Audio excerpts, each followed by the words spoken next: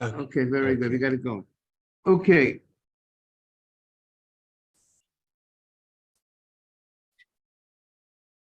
Okay. Okay. The Gemara says the following.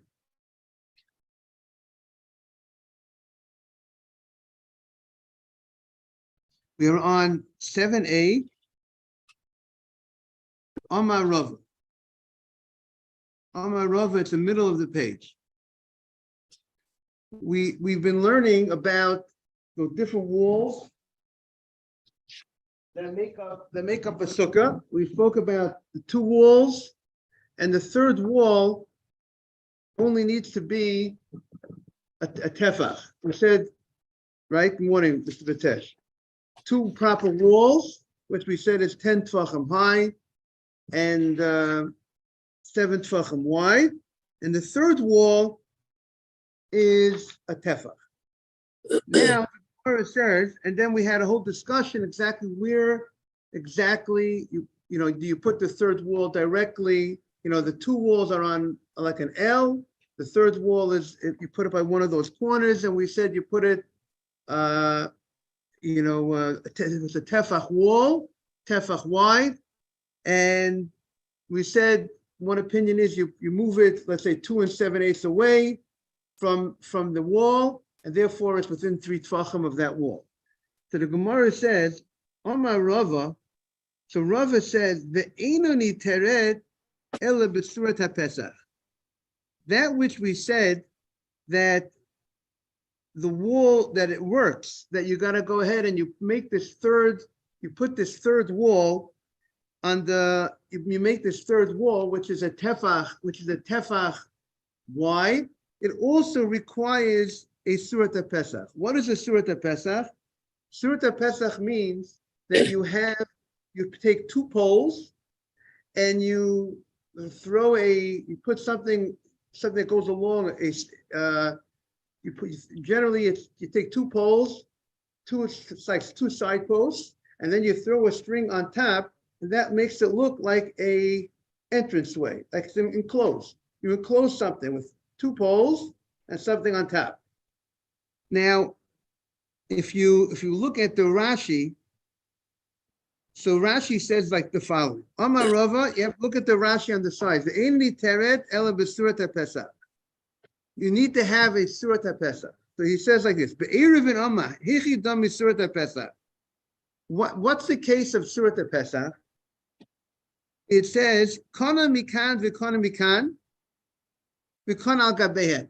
Good morning. Good to see you, Natana. If you have a pole on one side and a pole on another side, and then you have a pole running across on top, like a string running on top, that's called a surat haPesach. That has a impression of you're entering into a space, into like entering into a room, like a door frame type of thing. But the door frame, you have 2 side posts and you have something running across. So that's called a surat haPesach. The Kama Rava, Rashi says, V'hacha Kama Rava, the tefach sheshanina bebraita. That which we said that the third wall is the width of a tefach, he says it has to be Eino Mati Ela, if you made that tefach a surat haPesach on the kol hadofen kulo. You have to make this third wall, he's saying differently than what we said until now. Until now, we said you just place that third. Good morning, Mr. Silverman. Until now, we just said you just have the third wall. Good morning, Nathan. Is a tefach wide, 10 tefachim high, and you place it the way we said. The rabbi before said you place it within 3 tefachim of the wall. Now, one area. Now we're saying that you need to place this. You need to run this. You take this wall, it's the tefach, right? You split it in half. You make half a tefach on this corner, half a tefach on the other corner. You see, you have a picture in your art scroll. On the right side, there is 1, 2, 3, 4. There are 4 pictures. There are 4 diagrams in your Gemara. Okay, on Zayin and Aleph. Look at diagram number. Hey, the fourth, it's hey, letter hey, which is the fourth diagram. Do you see that there are two side posts, and there's something running across. There's something running all the way across. 781 in the art scroll. Well, now on 782, right? Unless this is 782. Ve'enani teret ela b'tzurat hapesach. You need to also have this third wall to work by Sukkah. It has to be, you have to make it in a way that it has an appearance of an enclosed area, that it has an appearance of a private area. And how do you do that? By making something that has like you're entering into a doorway. And therefore you would go ahead and you would take this tefach area and split it in half.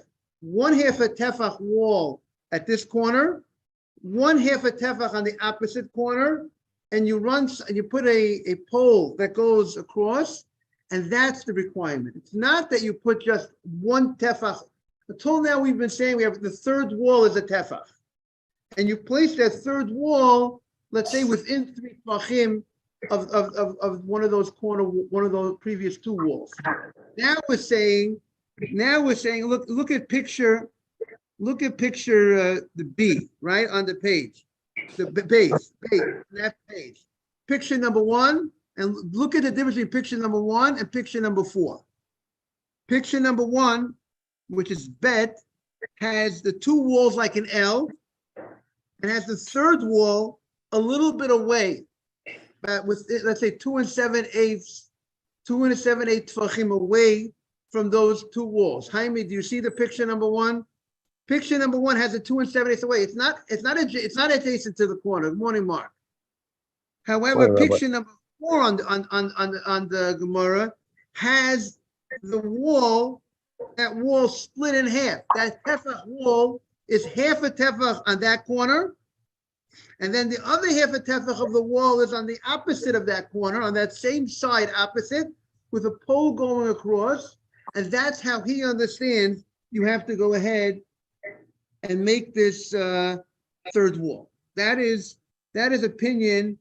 That's the first reading in Rava. Comes the second reading of Ika de Amri. Others say, "V'niteret nami b'tzurat hapesach." That not that Rava is requiring that it has to be this type of scenario. They have to make this third wall a half a tefach on this side, half a tefach away, running all, and then a pole going all the way across. Rather, you have both options. Either you could go ahead and use the previous option, which would be just putting one tefach wall 2 7/8 away, and that's good enough. Or you have option B, you could do other things. If you want to go ahead and make it half a tefach, and run a pole across the whole thing. You have either option bet on the picture number 1 or picture number 4. You could do either one. That is the second version of the Gemara. Now comes the third version of the Gemara. Ika de Amri Amar Rava v'tzricha nami tzurat hapesach. The third opinion is that Rava says you need both. What you need is a tefach wall, which you'll place 2 7/8 away from the L, and then in addition to that tefach wall, one spot, that third wall, you also need for the remainder of that side of that wall, you would have to go ahead and place a pole going across to form like a doorway, the frame of a door. That's of an entranceway, and that will be considered the third wall. If you look in the art scroll 782, the picture on the right. You see picture on the right, number 15? Picture on the right, you have the third, you see the difference of the thickness on one side of that third wall, which is a lot of space in between that third wall. It's not a complete wall.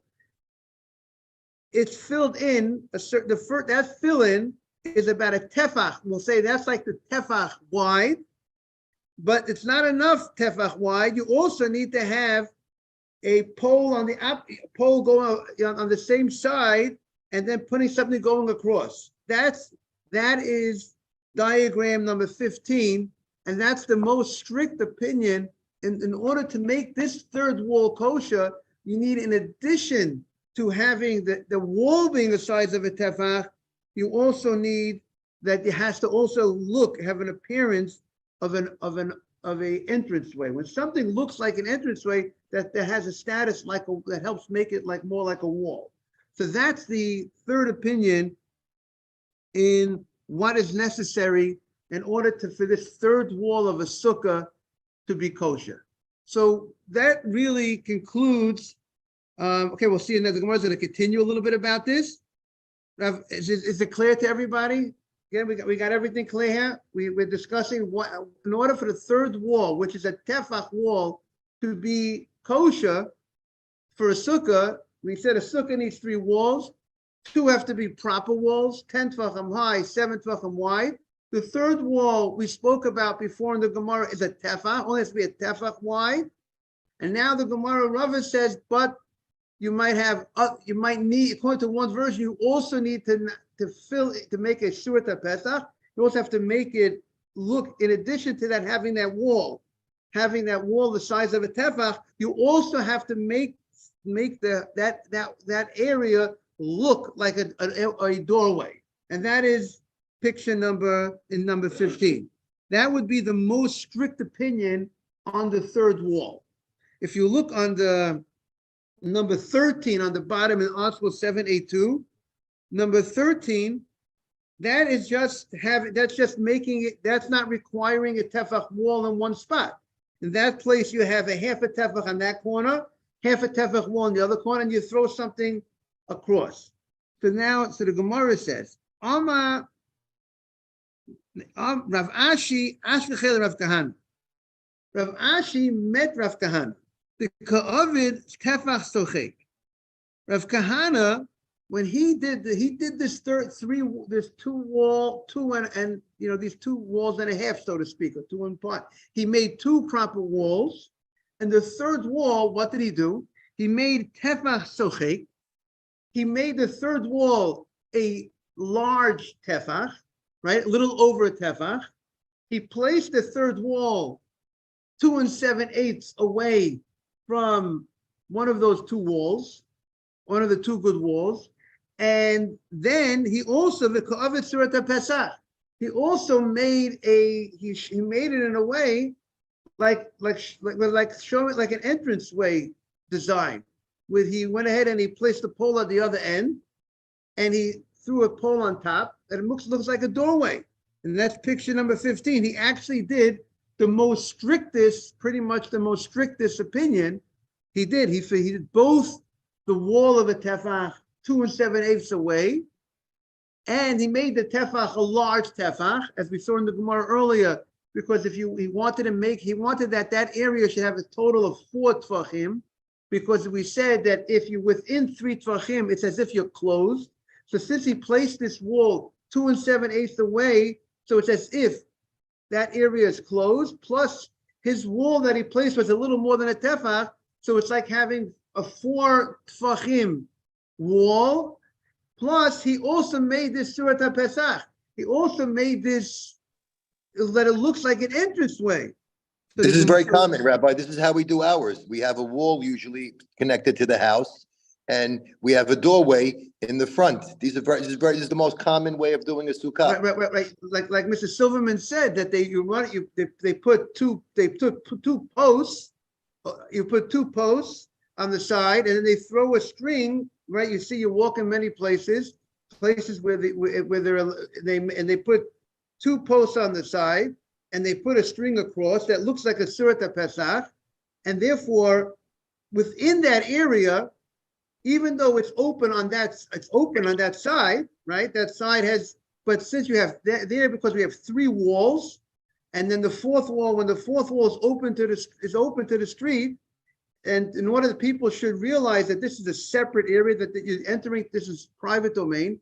they throw a string across, so it has this impression of a private area, because there's a string on top and there's things on the side.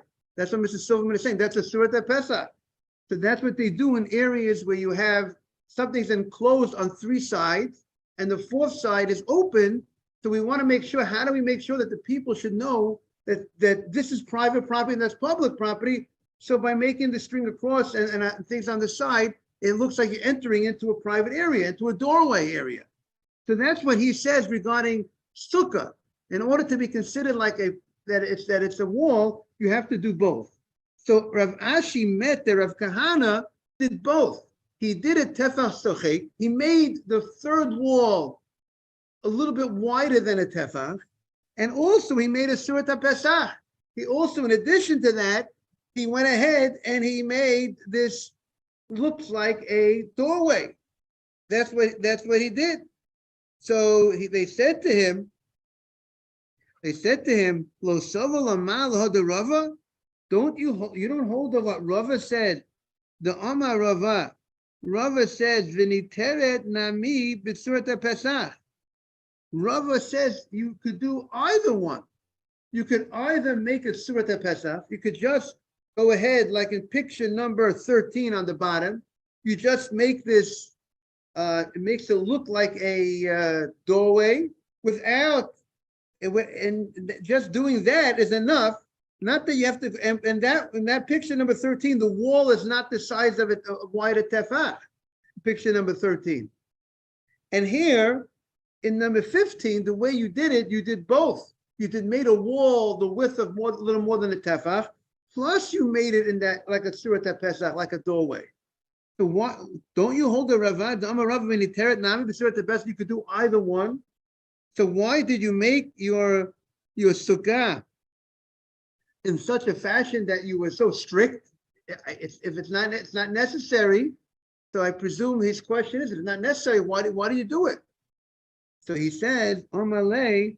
So Rav Kahana responded, you know why I made this sukkah? When I made a sukkah like this, that only has two proper walls, the third wall, I hold that you have to have both. Both, it has to be a tefach. Why? And also it has to have, running across a sukkah, it has to have this image of an entranceway. And that's what will make it like a wall. He says, entranceway means, morning Mark, when you place two poles, when you place a pole on the other side, you see, if you look at picture number 15, it looks like a place that people walk into, right? It looks like you're entering into it's like an opening, but it has to have something. It's like a house. That means if it's like a house, like Nathan said, that's why it has a status like a wall, like a house. It has to have that thing going across on top, and then going, and you have the side post. Good morning, Rabbi. Boker Tov. That's the Haraba. Thank you very much. Thank you. Jaime el Fashion, Jaime Fed Ben Frida. Good morning. Morning. Wow, what a treat. Big Rabbi. I don't Rabbi have a Friedman. microphone. Jaime Fed Ben Frida. Thank you, Rabbi. Love you. He just went off. That was the special guest appearance. Yes, thank you very much. Thank you so much. Okay. Mark, who was the rabbi? I didn't get the name of the rabbi. Edmund Nahum. Edmund Nahum, wow, Rabbi Nahum. Thank you very much. Okay, so the Gemara said, Amalei, so Rav Kahana said, the reason why I'm so strict, because I hold you need both. Ana ki idach lishna the Rava spiritually. I hold like the other language, the other opinion of Rava. What was the other opinion of Rava? The Amar Rava said, the tzricha nami Surat HaPesach. For that third wall, to be considered a third wall for a sukkah, it's not enough, like we've been learning until now. Just make the third wall a tefach, right? And you're good.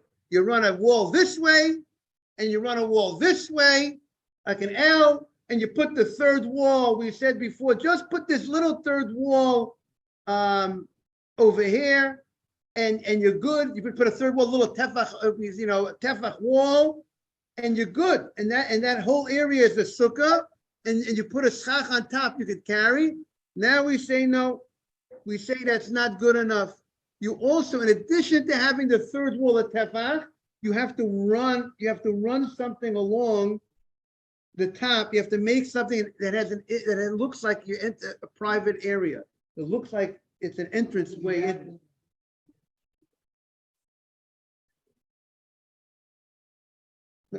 Yeah, but maybe you could, Mr. Azmi, if you run the schach on it diagonally, right? You could if you put the schach, look at the picture on number 15, you could just throw the schach sideways, no? How far you could go.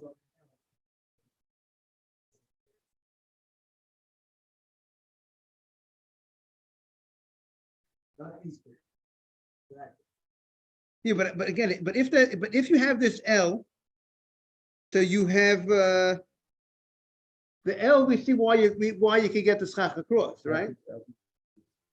But you can run the schach if you put the schach this way, at least if you put it Just over that one tefach. this goes from here to here. Oh. I put the schach that way. If I put the schach that way, I would. That's called the kosher sukkah. Okay. So in 15, we have a nice open, right. So you have, let's say, a number 15, as Mr. Batesh is asking.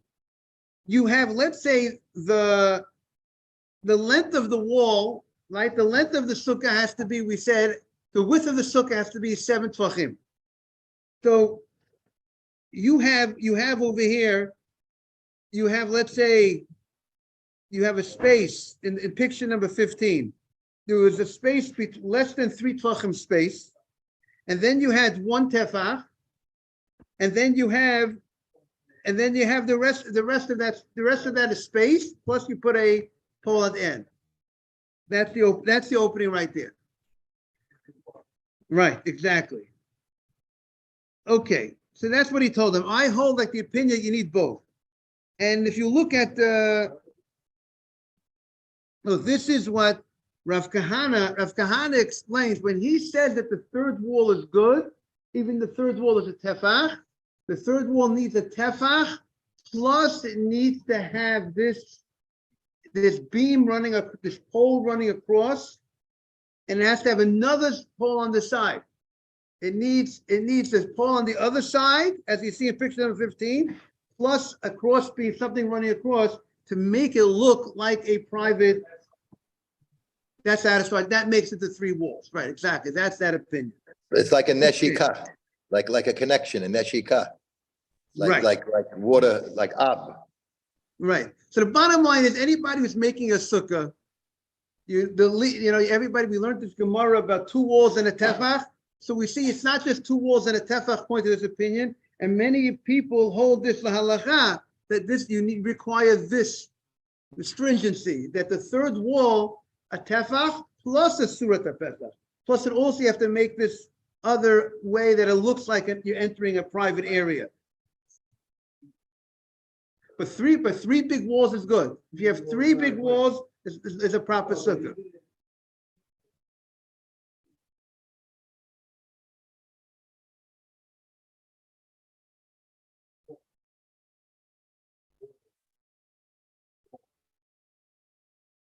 Doesn't have to be again, so we have to see again. Here we said it depends how wide that wall is. You know what I'm saying? But here we said if the third wall is a little over a tefach, it's not enough. If it's a little over a tefach, it has to be. I mean, you might be talking about the wall might be 4 tvachim. If that wide, that's different. But if it's less than 4 tvachim wide, tefach is about 3 to 4 inches. 3 to 4 inches. Okay, so that's the bottom line is make sure your sukkah has 3 good walls and you don't run into these questions. You're good to go. Okay, shtayim kilchata. Now the Gemara is going to connect and compare the laws of Sukkah to the laws of Shabbat. Shtayim kilchata. If you have 2 walls that are properly made, and the third wall, we said, what do you do with the third wall? we said the third wall does not need to be a true third wall by Sukkah. And you and it's considered a kosher Sukkah, like we spoke about. Tefach, Surat Pesach, whatever the third wall has to be. Comes Rava, and Rava says, V'chein l'Shabbat. Now, what does he mean by V'chein l'Shabbat? The Shabbat of Sukkot. We welcome Mr. Bitesh. The Shabbat of Sukkah. The Shabbat of Sukkah, that we're going to have a great leniency regarding carrying in a structure in a sukkah. Not a sukkah, let's say today will be a regular Shabbat.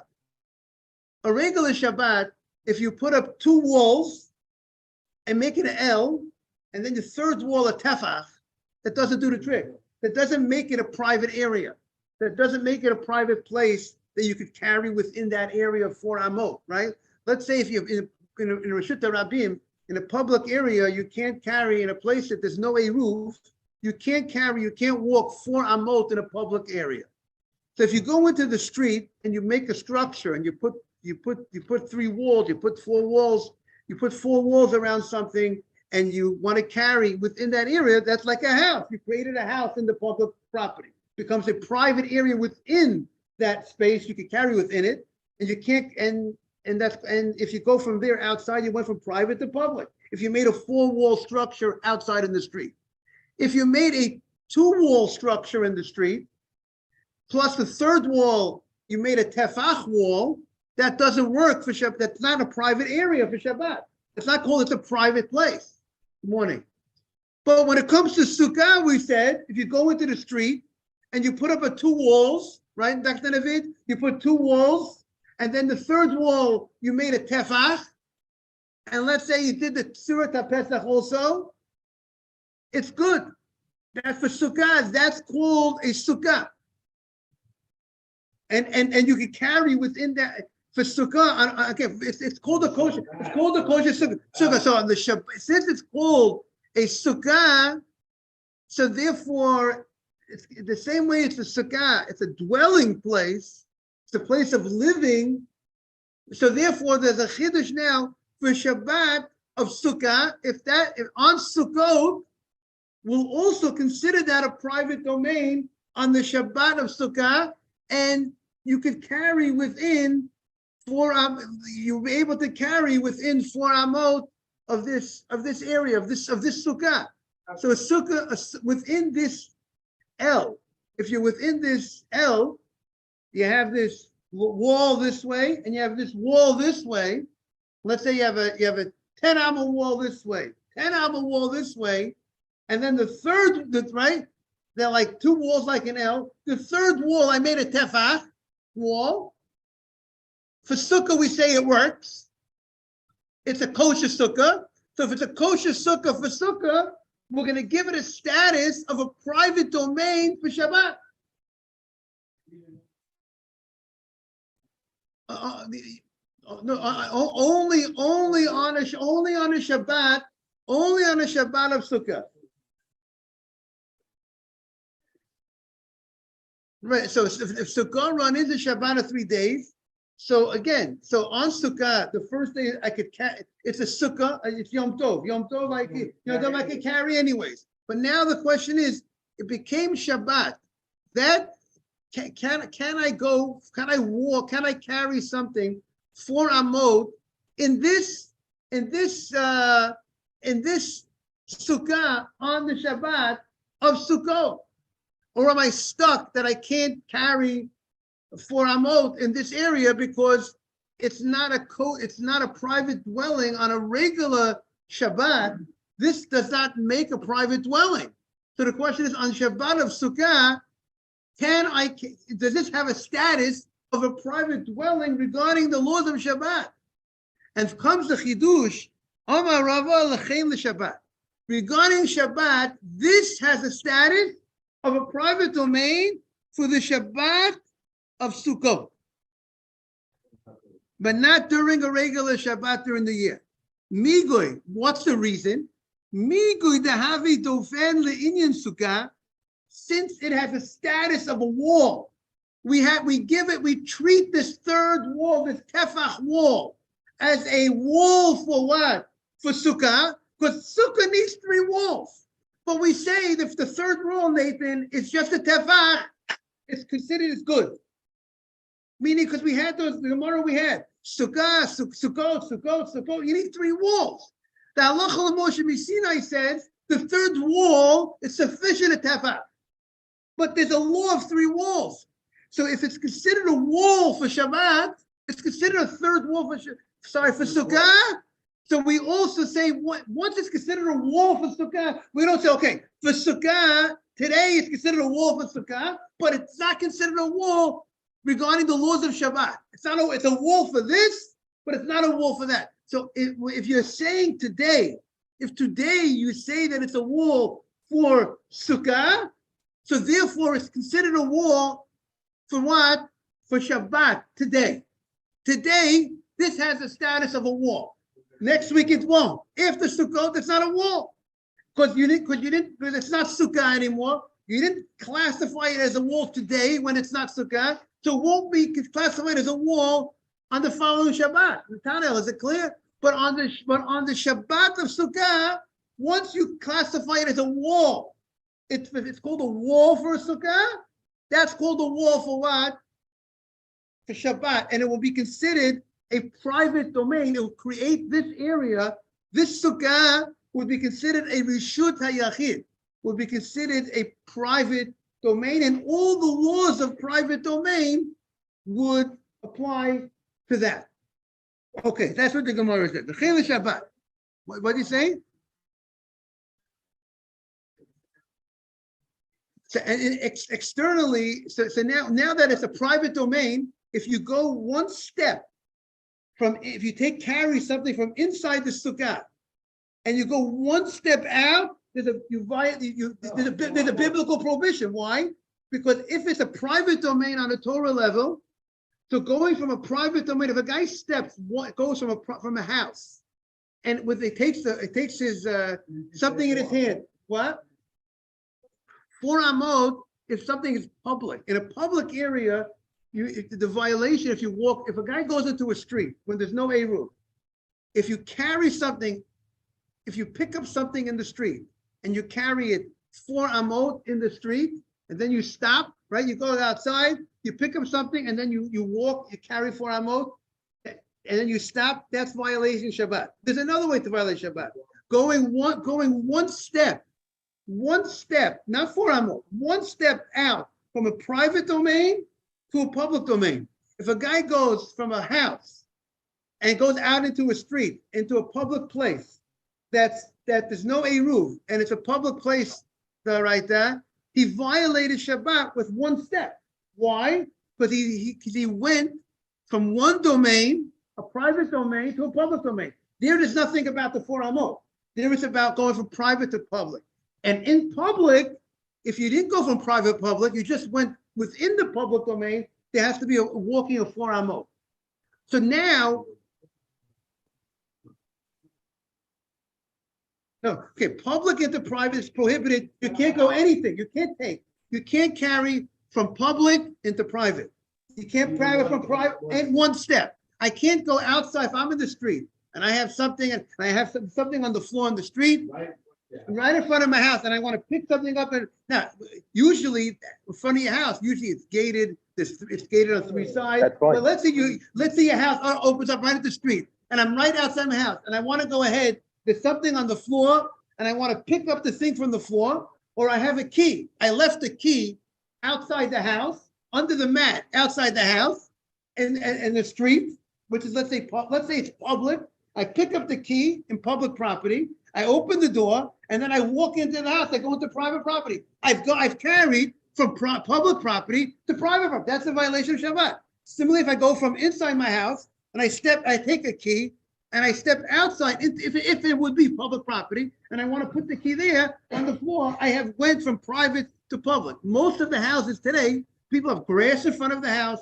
They have gates in front of the house. They don't open up directly into public property. And most people, and therefore then you have certain things like Michael Silverman said before, is many houses in certain places have they open up their lawn in front of the house, opens up into the street in places where there's no, what do you say? Right. So let's say you have the lawn in front of the house, but if there's nothing gated in front of the house, and if anybody from the street could walk into your private area, so therefore what you need to do is if you have walls on your three sides, but the fourth side is open, so we need to show the people that this is private area. So that's how you put, before you would put something up, you put two things on the side, and you'll make a Surat Pesach, you put some string across and put something on the side that you're showing that up to, this is private property begins here. You're marking it. You're marking off the territory. Right.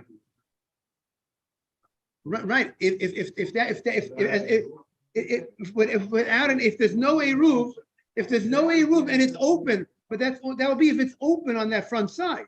But if somehow, if in the front of the house, it's not, you have something, if it's enclosed, then it's a different story. What? But with an eruv, but Nathan, H, I did my sidewalk. You'll be fine. If there's no eruv, My sidewalk. then you have an issue. From my house to the corner, you could walk on the sidewalk. Carrying. It's not that if you know eruv, but if your grass is still surrounded on three sides, you still have walls on, you have stuff on these, but you have a front lawn, the question would be when you have if anyone could walk it, so then it's an issue. You have to figure out how to do it. What'd you say?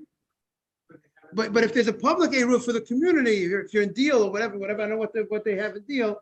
So that if you have an deal, that would cover the whole neighborhood. If you have an eruv, the whole neighborhood. Have a great day. We'll continue tomorrow. Very complex stuff we're doing over here. Have a great day, everybody. Thank you, Rabbi. Thank you very Rabbi. much. Thank you, Rabbi. All the best. You too, Michael. Bye, Mike. Love you. Love you too, H. Say it again. So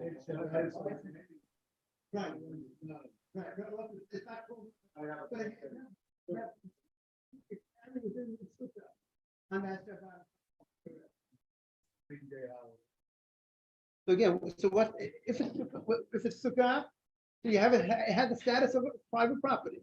But if the last 2 days, the last day. Right, the simple talk.